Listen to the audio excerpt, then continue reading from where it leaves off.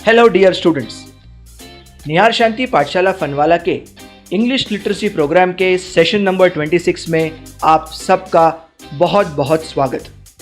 आज के सेशन में कुछ नया सिखाने वाला हूँ, लेकिन आज का सेशन शुरू करने के पहले एक क्विक रिकैप डालते हैं। हमने 21 सेशन से 25 सेशन के बीच में क्या पढ़ा। 21st सेशन में हमने कम्युनिकेशंस या फिर ग्रामर इस टॉपिक को शुरुआत की।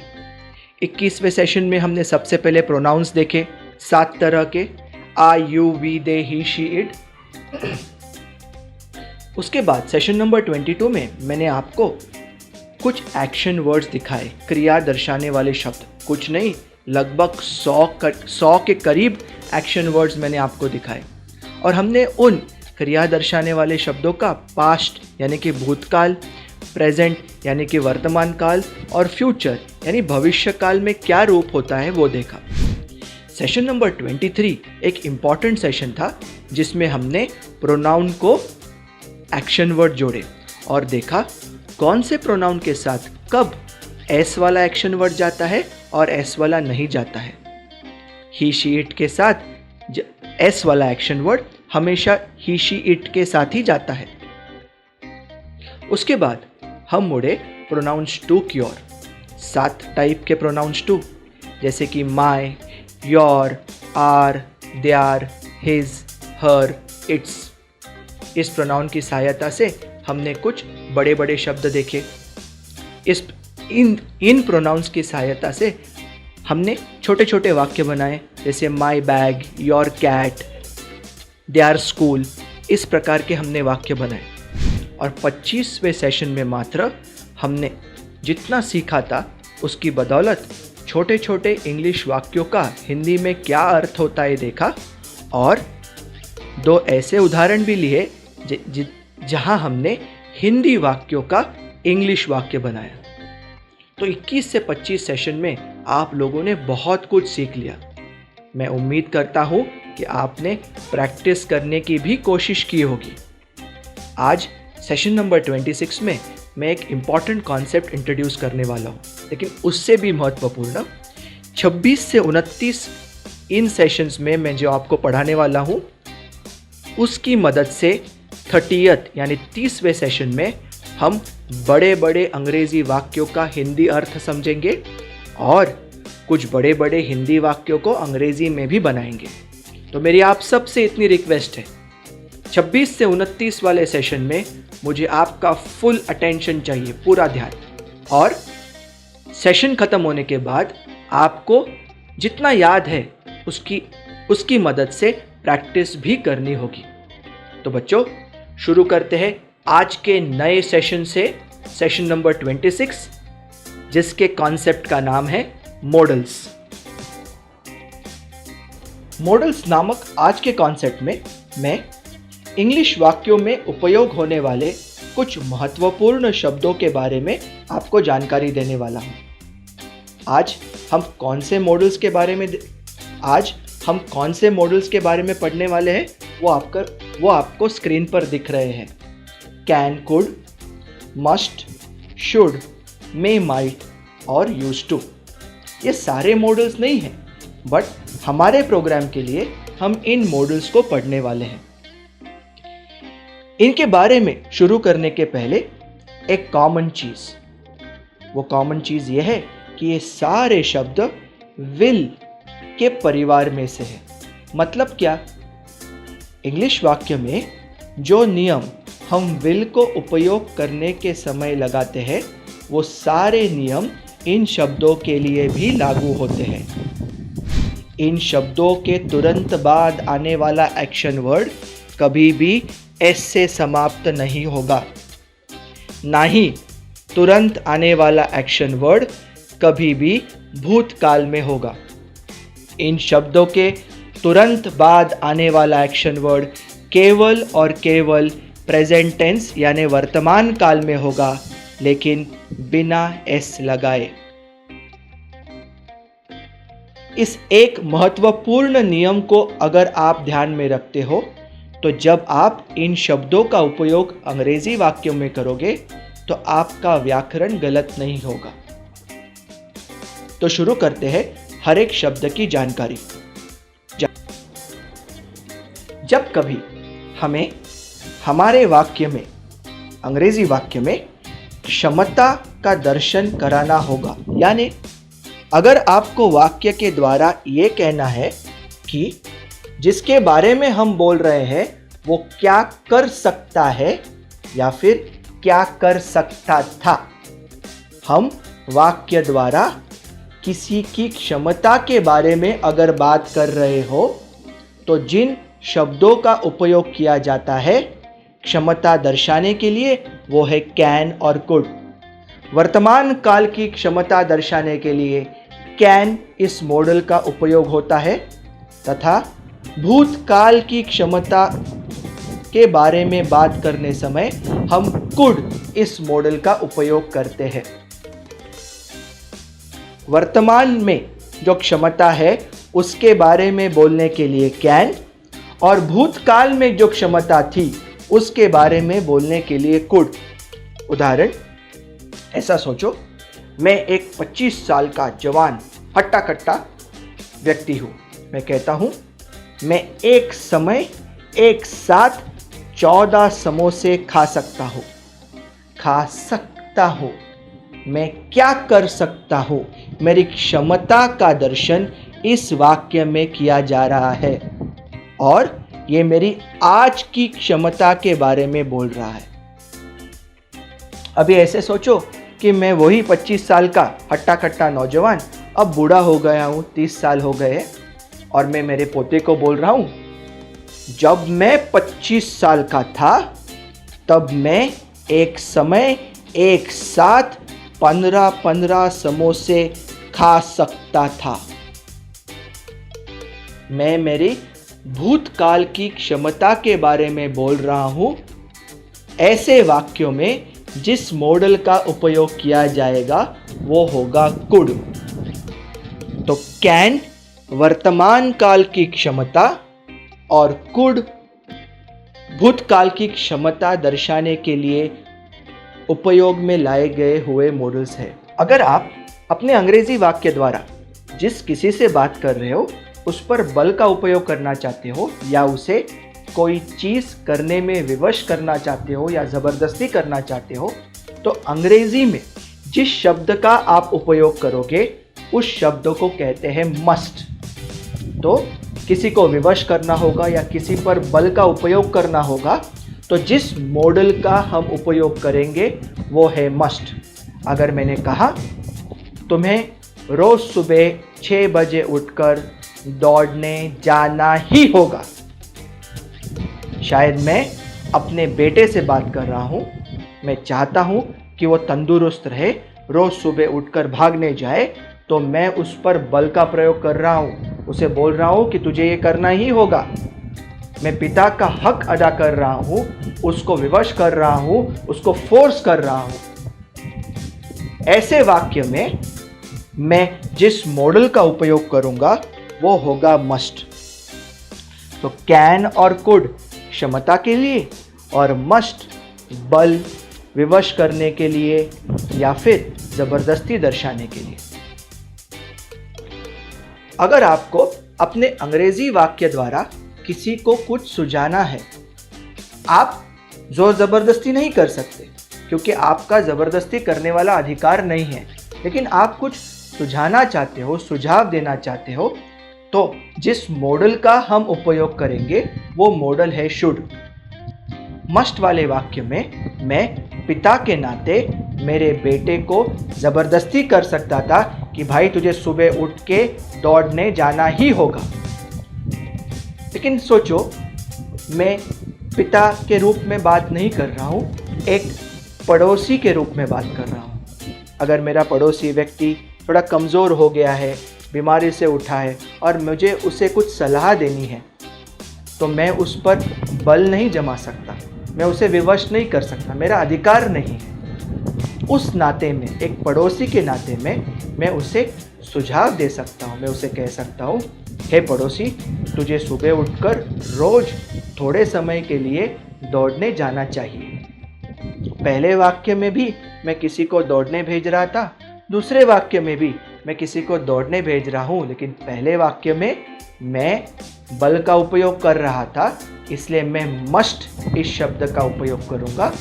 दूसरे वाक्य में मैं सुझाव दे रहा था, सलाह दे रहा था, इसलिए मैं शुड का उपयोग करूँगा। तो बच्चों, क्षमता दर्शाने के लिए वर्तमान काल में कैन, भूतकाल में कुड, बल का उपयोग करने के लिए, विवश करके बात करने के लिए जिस मॉडल का उपयोग होता है मस्ट, और अगर वाक्य द्वारा किसी को सुझाव देना चाहते हैं, बल या विवश करने का अधिकार नहीं है, सुझाव देने का अधिकार है, तो जिस शब्द का मैं उपयोग करूँगा वो होगा शुड। हमारे अगले मॉडल्स है मे और माइट। मे और माइट का उपयोग संभावना दर्शाने के लिए किया जाता है। अगर आपको लगता है कि कोई बात होगी, शायद आपको पक्का पता नहीं है, लेकिन आपको लग रहा है कि कोई बात हो सकती है, तो आप मे या फिर माइट इनमें से किसी भी शब्द का उपयोग कर सकते हो। उदाहरण, आज दोपहर को बहुत बरसात हुई। इसी चलते अगर आपको लग रहा है कि आज रात को भी बहुत बरसात होने वाली है, तो आप कह सकते हो it might rain a lot tonight, यानी आज रात को बहुत ज़्यादा बरसात शायद होगी, या फिर it may rain a lot tonight. May और माइट इनमें से कोई भी शब्द का आप उपयोग कर सकते हो, लेकिन कब उपयोग करेंगे? जब आप किसी चीज़ के बारे में श्योर नहीं हो, कॉन्फिडेंट नहीं हो, आपको लग रहा है कि वो बात हो सकती है, संभावना है, पक्की बात नहीं है, तब हम मे और माइट दोनों में से किसी भी शब्द का उपयोग कर सकते हैं। मे इस मॉडल का और एक स्थिति में उपयोग किया जाता है, और वो है जब आपको किसी को अनुमति देनी है या फिर आपको किसी से अनुमति लेनी है। मे और माइट दोनों संभावना की स्थिति में उपयोग में लाए जा सकते हैं, किंतु अनुमति की स्थिति में केवल और केवल मे इस शब्द का ही उपयोग होगा। एक क्विक रिकैप, कैन वर्तमान काल की क्षमता, कुड भूतकाल की क्षमता, मस्ट अगर मेरा अधिकार किसी पर ज़बरदस्ती करने लायक है तो मस्ट, लेकिन अगर मेरा अधिकार नहीं है और मैं ज़्यादा से ज़्यादा किसी को सुझाव ही दे सकता हूँ तो शुड, अनुमति के लिए मे, और संभावना दर्शाने के लिए मे या फिर माइट। आज के सेशन का जो आखिरी महत्वपूर्ण वर्ड है वो है यूज टू। यूज टू इन शब्दों का कब उपयोग किया जाता है ये देखते हैं। जब कभी हम भूतकाल की याद निकालकर तब हम क्या किया करते थे इसके बारे में बोल रहे हो, तब हम यूज टू का उपयोग करते हैं। उदाहरण, मैं कह सकता हूँ, जब मैं छोटा था तब 10 घंटे क्रिकेट में लगातार खेला करता था, मतलब प्रतिदिन, गर्मी की छुट्टियों में प्रतिदिन मैं खेला करता था। तो आज मैं मेरे पुराने ज़माने की यादें निकाल रहा हूँ और उस याद के बारे में बोल रहा हूँ जो मैं बार बार किया करता था। ऐसे स्थिति में अंग्रेजी वाक्यों में हम यूज टू इस शब्द का उपयोग करेंगे। तो क्विक रिकैप वाक्य की ओर बढ़ने के पहले, कैन वर्तमान काल क्षमता, कुड पास्ट टेंस क्षमता, मस्ट उस अधिकार से जब हम बोल सकते हैं जब हम किसी पर बल या किसी को विवश कर सकते हैं तो मस्ट, आपको ये चीज़ करनी ही होगी। अगर मेरा अधिकार किसी को विवश करने का या किसी पर ज़बरदस्ती करने का नहीं है, मेरा सिर्फ सुझाव देने का ही अधिकार है, तो शुड, संभावना दर्शाने के लिए मे या फिर माइट, अनुमति देने के लिए मैं और भूतकाल की यादों में जो चीज़ मैं बार बार किया करता था उसके बारे में बताने के लिए यूज्ड टू। तो शुरुआत करते हैं स्टूडेंट्स इन सारे मॉडल्स पर आधारित कुछ वाक्यों की प्रैक्टिस से। अब मैं आपके सामने बहुत सारी सेंटेंसेस लेके आने वाला हूँ और इन वाक्यों की मदद से हम मॉडल्स का कॉन्सेप्ट क्लियर करेंगे। स्क्रीन पर एक एक करके छोटे छोटे सेंटेंसेस आएंगे और उन छोटे सेंटेंसेस की मदद से एक बड़ा सेंटेंसेस बनाएंगे जिसमें मॉडल भी होगा। तो शुरुआत करते हैं। आपके स्क्रीन पर आ रहा है आई यानी कि मैं, आई ब्रिंग मैं लाता हूँ, आई कैन ब्रिंग कैन क्षमता, सकना, तो इसका अर्थ होगा मैं ला सकता हूँ। फ्रूट्स एंड वेजिटेबल्स फल और सब्जियाँ, fresh fruits and vegetables fresh यानी ताज़ी, ताज़े फल और सब्जियाँ। Last sentence I can bring fresh fruits and vegetables. तो बच्चों इसका हिंदी वाक्य क्या बनेगा? बिल्कुल सही, मैं ताज़े फल और सब्जियां ला सकता हूँ। नेक्स्ट, माई सन मेरा बेटा, माई सन्स मेरे बेटे, बोथ माई सन्स मेरे दोनों बेटे, both my sons count, count यानी गिनना, मेरे दोनों बेटे गिनते हैं। Both my sons can count क्षमता, सकना, मेरे दोनों बेटे गिन सकते हैं।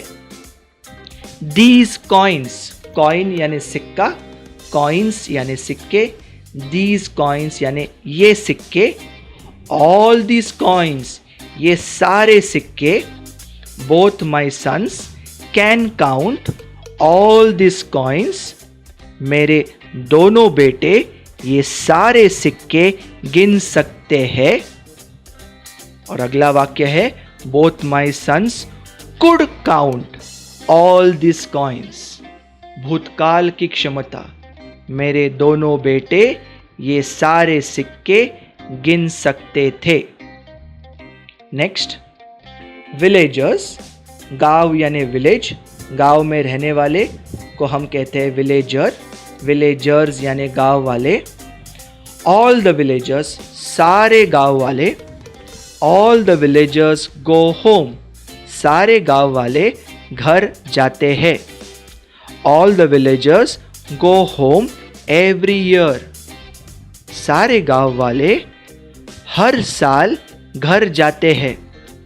All the villagers go home once every year सारे गांव वाले हर साल एक बार घर जाते हैं। वंस यानी कि एक बार। All the villagers must go home once every year सारे गांव वालों को हर साल एक बार घर जाना ही चाहिए या जाना ही होगा। All the villagers should go home once every year सारे गांव वालों को हर साल एक बार घर जाना चाहिए। पहले वाक्य में जाना ही पड़ेगा, दूसरे वाक्य में जाना चाहिए। स्टूडेंट्स विद्यार्थी, वीक स्टूडेंट्स कमजोर विद्यार्थी, ऑल द वीक स्टूडेंट्स सारे कमजोर विद्यार्थी, all the weak students try सारे कमजोर विद्यार्थी प्रयत्न करते हैं। ओनली वंस सिर्फ एक बार, ओनली सिर्फ, वंस एक बार, ओनली वंस सिर्फ एक बार। All the weak students try only once सारे कमजोर विद्यार्थी सिर्फ एक बार प्रयत्न करते हैं। All the weak students must try only once सारे कमजोर विद्यार्थियों को सिर्फ एक बार प्रयत्न करना ही पड़ेगा। All the weak students try, all the weak students should try only once. सारे कमजोर विद्यार्थियों को सिर्फ एक बार प्रयत्न करना चाहिए। At least once, कम से कम एक बार। All the weak students must try at least once. सारे कमजोर विद्यार्थियों को कम से कम एक बार प्रयत्न करना ही पड़ेगा या करना ही चाहिए। All the weak students should try at least once. सारे कमजोर विद्यार्थियों को कम से कम एक बार प्रयत्न करना चाहिए। अगला वाक्य, काउज एंड गोट्स, गाय और बकरियां। Cows and goats eat grass, गाय और बकरियां घास खाती है। Cows and goats eat dry grass, गाय और बकरियां सूखी घास खाती है। Cows and goats can eat dry grass, गाय और बकरियां सूखी घास खा सकती है। Cows and goats used to eat dry grass, गाय और बकरियां सूखी घास खाया करती थी। अगला वाक्य, क्रोकोडाइल्स यानी मगरमच्छ। क्रोकोडाइल्स ईट, मगरमच्छ खाते हैं। क्रोकोडाइल्स ईट स्मॉल एनिमल्स, मगरमच्छ छोटे प्राणियों को खाते हैं। Crocodiles eat other small animals, मगरमच्छ अन्य छोटे प्राणियों को खाते हैं। Crocodiles can eat other small animals, मगरमच्छ अन्य छोटे प्राणियों को खा सकते हैं। Crocodiles could eat other small animals, मगरमच्छ अन्य छोटे प्राणियों को खा सकते थे। Crocodiles used to eat other small animals, मगरमच्छ अन्य छोटे प्राणियों को खाया करते थे। Wild animals may eat other small animals, जंगली जानवर शायद अन्य छोटे प्राणियों को खाएंगे। वाइल्ड एनिमल्स माइट ईट अदर स्मॉलर एनिमल्स, जंगली जानवर अन्य छोटे प्राणियों को शायद खाएंगे। मे और माइट दोनों का उत्तर सेम है। अगला सेट, द किंग राजा। द किंग बाइज, राजा खरीदता है। द किंग बाइज 6 हॉर्सेस, राजा 6 घोड़े खरीदता है। The king might buy 6 black horses, राजा शायद 6 काले घोड़े खरीदेगा। The king should buy 6 black horses, राजा को 6 काले घोड़े खरीदने चाहिए। नेक्स्ट सेट, माई ब्रदर, मेरा भाई। माई ब्रदर कम्स होम, मेरा भाई घर आता है। एवरी ईयर, प्रत्येक वर्ष या हर एक साल। वंस एवरी ईयर, हर एक साल एक बार। My brother comes home once every year, मेरा भाई प्रत्येक वर्ष एक बार घर आता है। My brother must come home once every year, मेरे भाई को प्रत्येक वर्ष एक बार घर आना ही पड़ेगा या आना ही चाहिए। My brother should come home once every year, मेरे भाई को प्रत्येक साल एक बार घर आना चाहिए। नेक्स्ट, द फार्मर, किसान। द सिक फार्मर, बीमार किसान। द सिक फार्मर फॉरगेट्स, बीमार किसान भूलता है। हिज मेडिसिन्स, उसकी दवाइयाँ। The sick farmer forgets his medicines, बीमार किसान उसकी दवाइयाँ भूलता है। The sick farmer may forget his medicines, बीमार किसान शायद उसकी दवाइयाँ भूल जाएगा। The sick farmer might forget his medicines, same answer. Next, grand parents, दादा और दादी या फिर नाना और नानी। माई ग्रैंड पेरेंट्स, मेरे दादा और दादी। माई ग्रैंड पेरेंट्स वॉक, मेरे दादा और दादी चलते हैं। My grandparents walk 6 kilometres every day, मेरे दादा दादी रोज 6 किलोमीटर चलते हैं। My grandparents could walk 6 kilometres every day, मेरे दादा दादी रोज 6 किलोमीटर्स चल सकते थे। My grandparents use to walk 6 kilometres every day, मेरे दादा दादी रोज 6 किलोमीटर्स चला करते थे। Next, my brother and sister, मेरे भाई और बहन। मेरा भाई और बहन। माई ब्रदर्स एंड सिस्टर्स, मेरे भाई और बहन। माई ब्रदर्स एंड सिस्टर्स प्रे, मेरे भाई और बहन प्रार्थना करते हैं। एवरी मॉर्निंग, प्रत्येक सुबह। My brothers and sisters pray every morning, मेरे भाई और बहन प्रत्येक सुबह प्रार्थना करते हैं। My brothers and sisters use to pray every morning, मेरे भाई और बहन प्रत्येक शाम को प्रार्थना किया करते थे। My brothers and sisters use to pray every evening. Next, my mother, मेरी माँ। माई मदर रिमूव्स, मेरी माँ निकालती है।